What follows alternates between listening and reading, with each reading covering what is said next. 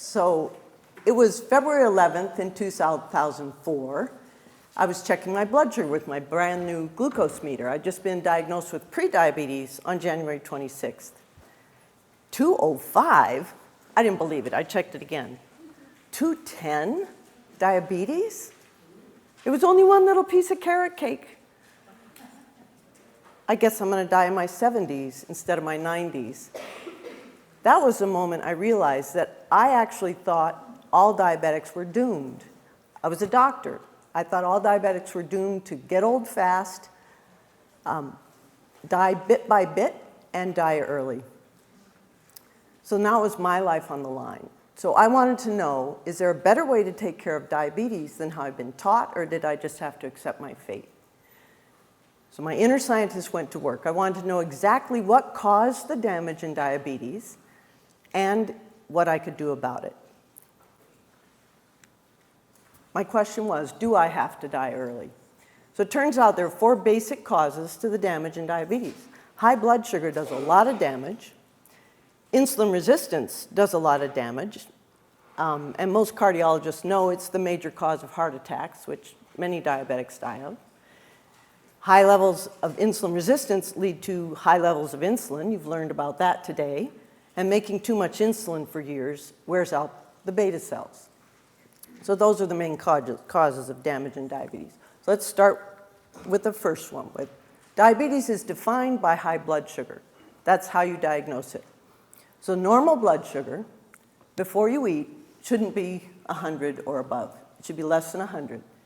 After you eat, it should never go over 140. Diabetics, if you have 2 abnormal numbers, a fasting of more than 125, or after you eat, it goes over 200, then you're diabetic. You can also follow numbers with a hemoglobin A1C, but we're not supposed to diagnose diabetes with it because there's so many things that affect it. You're pre-diabetic if a doctor's told you your sugars were running a little bit high. That's pre-diabetes.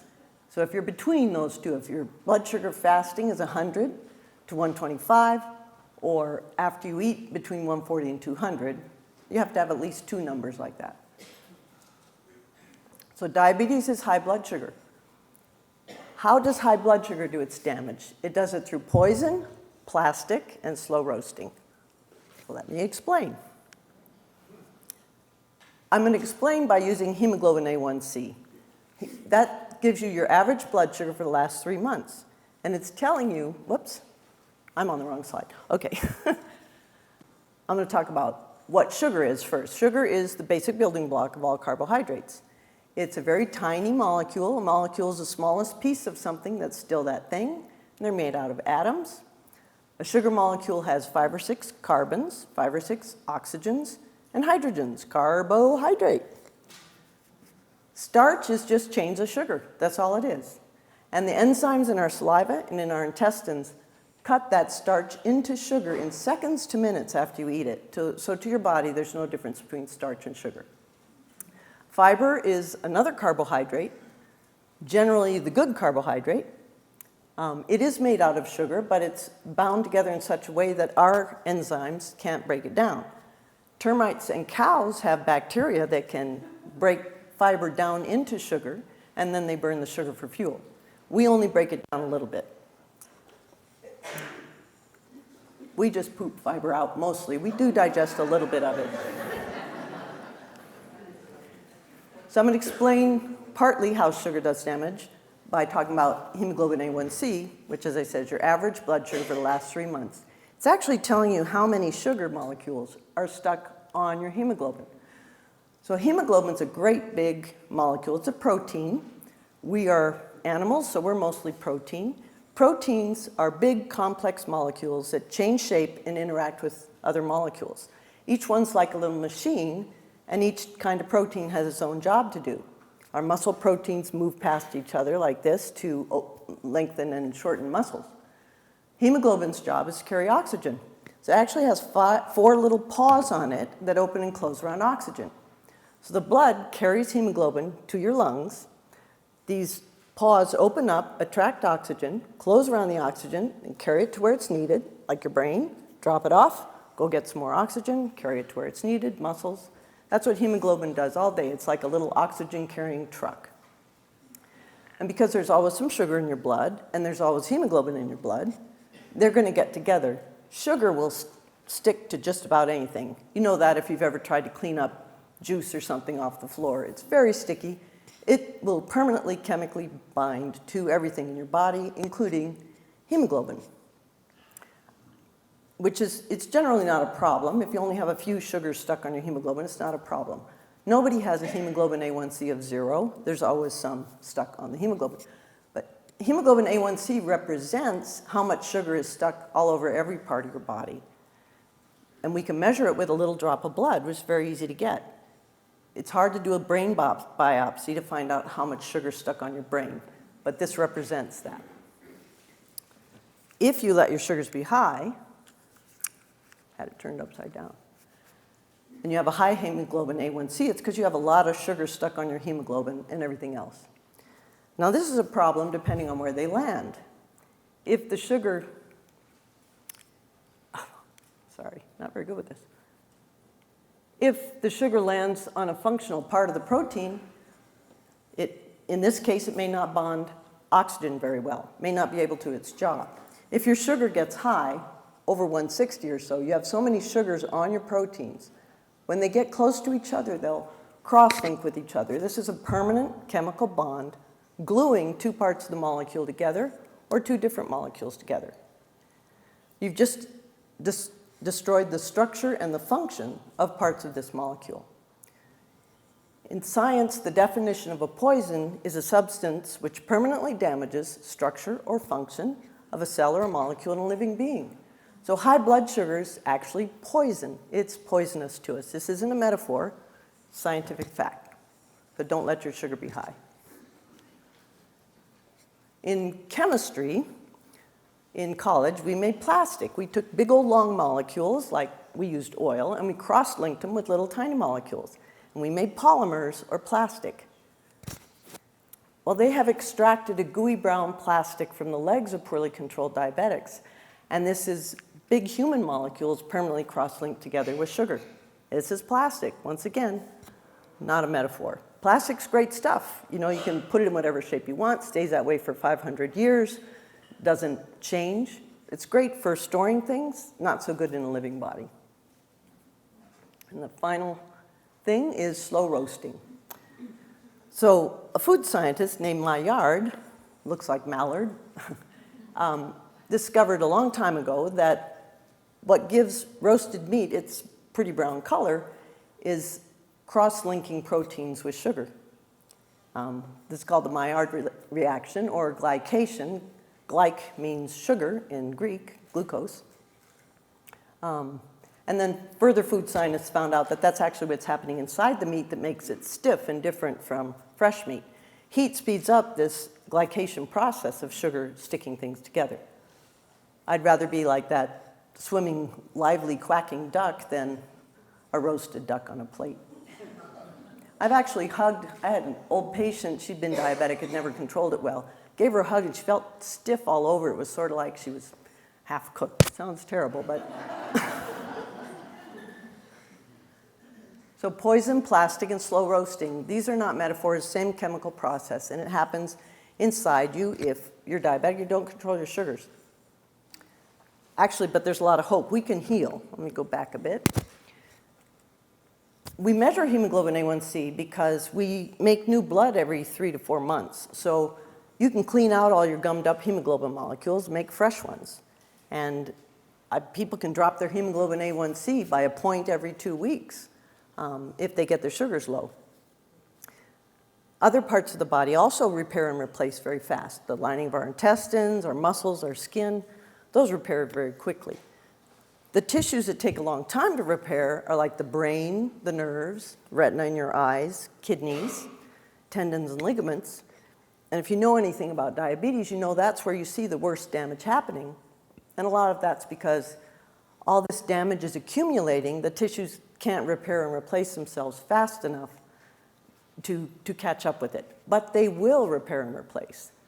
Dr. Richard K. Bernstein, who I learned a lot about low carb from, he's one of the pioneers of low carb for diabetes. he repaired his kidney damage. He had a lot of kidney damage. It was kind of what got him into trying to find out what he could do about his type 1 diabetes. And he repaired it. I studied with him for a week in his office in New York, and there was no apparent kidney damage 40 years after he'd been told his kidneys would probably be gone in a couple of years. So it really works to repair all those long-term tissues too. So those are called advanced glycation end products. Poison plastic and slow roasting is really about advanced glycation end products. It's a great acronym, AGES, because it does age you very fast. So they are glucose-bound proteins, lipids, even your DNA gets sugar permanently stuck on it. This alters molecular function. It changes the electric charge on the molecules, and that's actually important all through the body. Clumps proteins together, as we talked about, and cross-links inside and between cells and molecules. For some reason, the body has receptors for these. I don't understand why, but it's there. And they're called RAGEs, which is another great acronym. When they are activated by these advanced glycation end products, it changes signaling inside the cell, every cell. So it's like the cell can't work the way it was originally designed to work. It changes gene expression and causes an inflammation chain reaction. Inflammation is very complicated, has a lot of aspects to it. And this just starts a big chain reaction. And people get more free radicals and oxidants in their blood. How does this affect us? Well, we'll start with arteries. These AGEs and glycation end products affect the lining. We start with the lining of the arteries. It changes how it works. You get inflammation, which causes you to deposit a lot more plaque. Glycated cholesterol is pretty vicious cholesterol. It's a lot more damaging than any other kind. The arteries' walls stiffen, so they're not as responsive as they should be, and then they actually get constricted, and you make clots more easily. So this results in blood clots. The blood clot's the final act on heart attacks, many strokes, and amputations. You clog up the artery, and then you get inflammation. You put out a clot, and there's no blood flow to the right on this thing. So whatever's beyond that's going to die.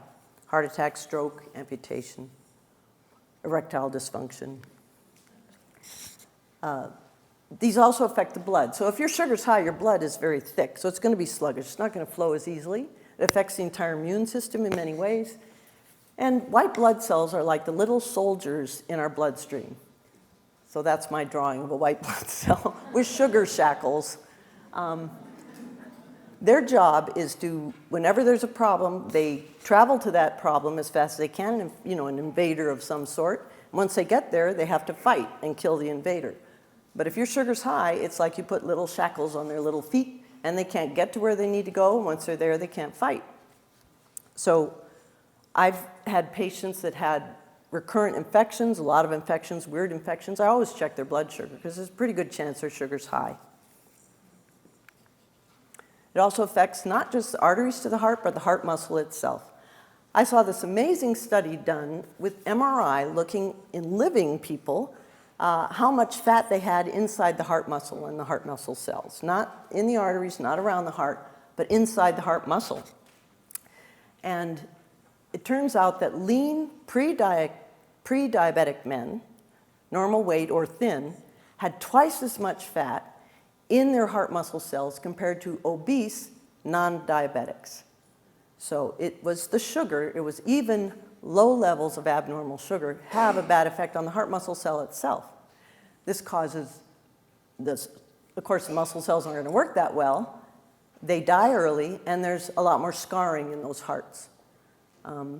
There are probably many reasons that diabetics have twice the rate of congestive heart failure compared to people who have normal sugar, even if, given the same number of heart attacks and everything else, double the risk of congestive heart failure is probably partly this. The heart muscle just can't work well. So let's talk a little bit about how much how much carbs raise your blood sugar. So 15 grams of carbs will raise most diabetics' blood sugar between 50 and 100 points. That's one slice of regular bread, one corn tortilla, half a cup of hot cereal or potatoes, corn, peas, Rice and pasta are a little more dense, so you don't need to eat as much of those, raise your sugar. A small fruit, 4 ounces of juice, 10 ounces of milk, 9 ounces of Gatorade. All those have almost 4 teaspoons of sugar in them. 4 grams is a teaspoon of sugar. So this was a study done in 2007 by Gannon and Nuttall, that they took 11 diabetic men. This is just showing what different amounts of carbs do to your blood sugar. 11 diabetic men, and they had them eat for a while. For 5 weeks, they had the American Heart Association diet, which is about 300 grams of carbs a day per person, average person. And then for 5 weeks, a separate 5 weeks, they had them eat 80 grams of carbs a day, which is more than I eat. I eat 30 to 45 grams, more than most people who are interested in what we're doing here are eating, but just to give you some idea. And then after 5 weeks, they gave them the same food and they looked at what their sugar did.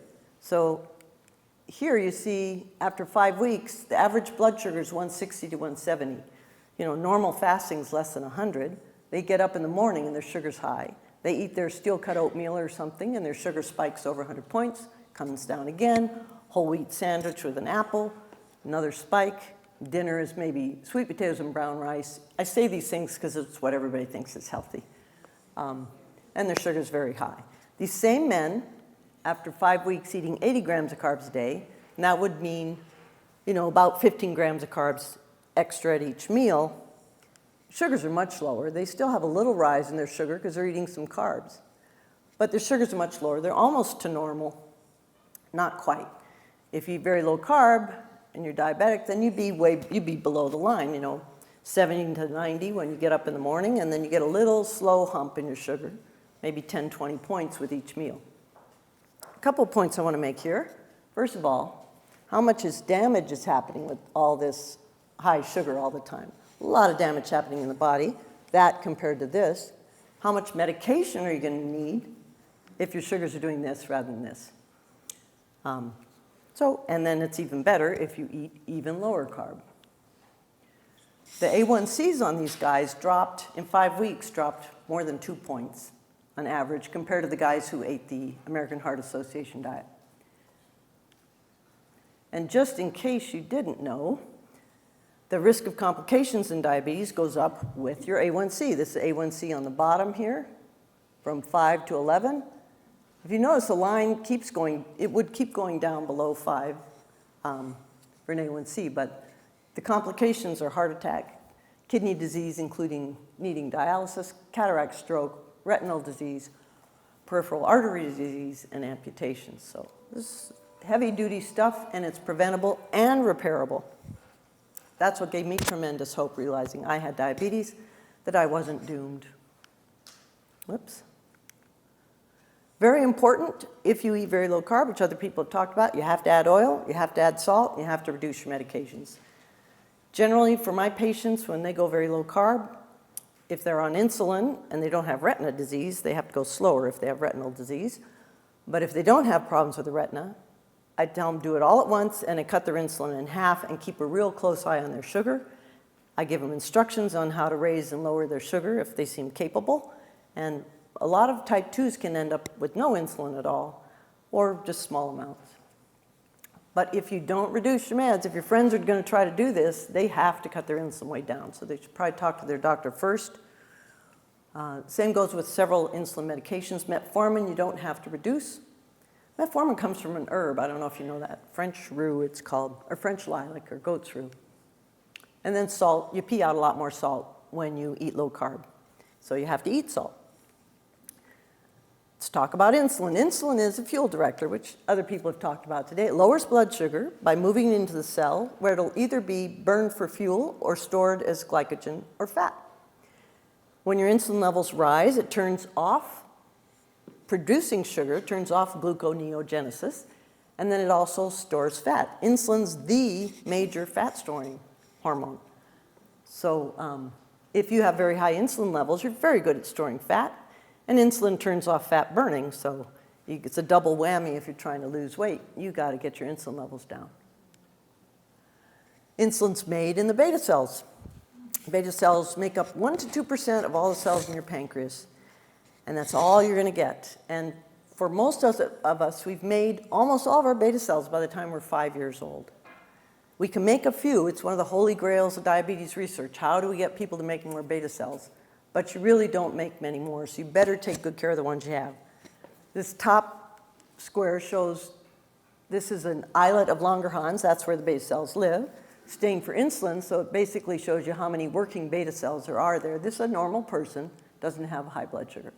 This is a diabetic. By the time somebody's diagnosed with diabetes, they've lost 60 to 85% of their beta cells. Sometimes some of those beta cells are just sick. They're at home in bed, not working. They're not producing any insulin. And if you rest them, they can start producing insulin again. But you will never grow new beta cells that have already died, or hardly at all. If you're pre-diabetic, you've lost 50% of your beta cells. So, as I said, the function can improve if you take really good care of them. Actually, I tell my beta cells, I'm going to take really good care of you. Please last my whole life. This is a diagram of one way that insulin works. Insulin's very complex. It has a lot of different functions, but I drew this picture myself. So this is the bloodstream carrying glucose, the little blue G, and here's the insulin key. It's carrying them to the cell. It's a happy little cell with its happy little nucleus. There are different ways glucose can get into the cell, but the major way is through this glucose gate or glucose transporter that requires insulin to unlock it so the glucose can get into the cell. So type 1 diabetics don't have any insulin, so it's very hard for glucose to get into most of their cells. So everything's working right. You got the right proportions of everything. This cell's got all the energy it needs. It's happy and feels good, and it's working right. You don't have to memorize this slide, but insulin action's very complex in the cell, and it interacts with a lot of other hormones in many ways. So it's very complex. In any complex system, it's really best if you get it in balance in a natural way, the best way you can. Insulin resistance technically means it takes more insulin than normal to get your blood sugar down if you're given a certain amount of carbs. My friend Kim Meinert, who's going to be speaking soon, describes it as insulin resistance means if you eat one chocolate chip cookie, you make enough insulin for 5 to 10 chocolate chip cookies. Sort of like Nally was talking about with the bread.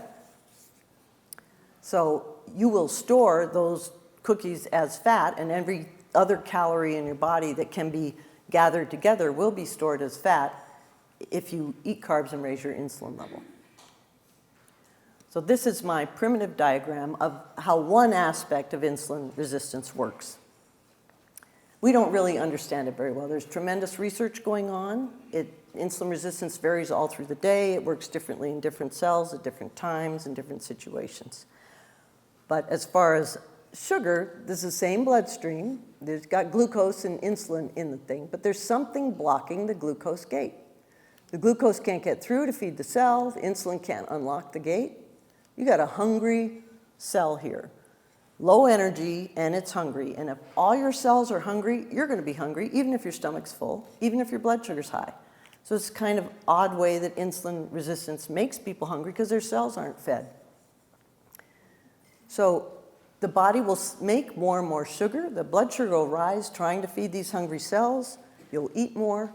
And then more and more insulin will be sent out to lower that blood sugar until finally there's enough insulin it can overcome the insulin resistance and allow the fuel to get into the cell. So insulin resistance can result in higher than normal blood sugar than you would otherwise have and high levels of insulin in the blood and hungry cells. This is adapted from Dr. Richard Bernstein's book. Excellent book as a manual for diabetes care, his Diabetes Solution. It's a great book. But this shows how much insulin, this is insulin level, not blood sugar, how much insulin 3 different kinds of people make when they eat the same amount of carbs. So I would say everybody has a bowl of cereal in the morning. This is a normal person, doesn't have a lot of insulin resistance. Get up in the morning, sugar's normal, they eat their corn flakes, and in 15 minutes they're starting to make insulin. By an hour, their insulin level's peaked, and by insulin levels are back to normal.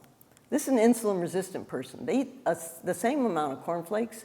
Their insulin levels skyrocket. 3 or 4 hours out, the food's digested, but they still have high levels of insulin. This causes low blood sugar. And then this is an insulin-resistant diabetic. They still have some beta cells left, but they're really tired. There's not as many. They're trying as hard as they can to make enough insulin to keep blood sugar normal, but they can't. But they'll still make too much insulin for a long time. That's a lot of work for the beta cells. There are other things that kill beta cells, but making too much insulin for too long is a major cause. So, are there any other cowboys or ranchers out here besides Dr. Nally? Those people know if you have an old horse, there's work they can do around the ranch. You can ride him a little bit, but you cannot take an old horse, hitch it to and make it plow through a field of clay. It'll work its heart out for you. It'll die in that field in the harness. So don't hitch your poor, tired old beta cells to make them plow through a field of mashed potatoes. They'll give up their lives for you. So insulin resistance is about survival. It helped me a lot to understand it when I found out that hibernating animals have very high levels of insulin resistance. It changes throughout the year, depending on what they're doing, but allows a mama bear to go from 300 pounds to 600 pounds in 6 to 8 months, so she and her cubs can survive through hibernation. It also allows people to survive long winters, famines, droughts, and wars. The chunky people survive and the skinny people die first. Insulin resistance also goes up when it's really important that you are, if you're growing, or really important that you have food stored, which is pregnancy. It goes up then. It goes up in adolescence and other growth spurts. One of the benefits of insulin resistance is squirrels will triple their weight. Most of us don't want to do that. What if that bear's chasing you? She didn't like the way you were looking at her cubs. Adrenaline will spike insulin resistance temporarily. And this works by shunting blood sugar to other parts of the body. So certain cells do not need insulin to allow sugar into them. Our brain, our eyes, our heart, the red blood cells, and your working muscles. Sugar will pour into them without any insulin at all. So when your insulin levels, insulin resistance spikes, all of a sudden a bunch of cells aren't getting sugar, and the sugar's left in the bloodstream for fuel to run away from that bear, for all the tissues you need to run away from a bear and think fast. Triglycerides are great fuel for your muscles too. It raises blood pressure, gets the fuel around everywhere, and you clot more in case that bear catches you, and inflammation helps with healing. So these are benefits of insulin resistance. We all have some degree of it, but all those benefits will clog your arteries, increase your triglycerides, your worst form of LDL. You have inflammation, free radicals, oxidants, and clots. Does this sound familiar? It also happens with high blood sugar, and you end up clogging arteries. Insulin resistance is the major cause. It's what causes low blood sugar. So anybody tells me they have low blood sugar, I tell them you have pre-diabetes, because it means you have insulin resistance and you're making too much insulin. It causes skin tags and acanthosis nigricans. That's how the skin responds to high levels of insulin. People have covered these things before, and gestational diabetes is the cause of that. Gout has a strong association. Insulin resistance actually causes sleep apnea, and the other way around. That's a vicious cycle. I'll talk more about vicious cycles. And insulin resistance itself is associated with increasing the risk of cancer. It's not just you have high sugar and high insulin levels. The fact that you have insulin resistance itself increases that. This is a vicious cycle.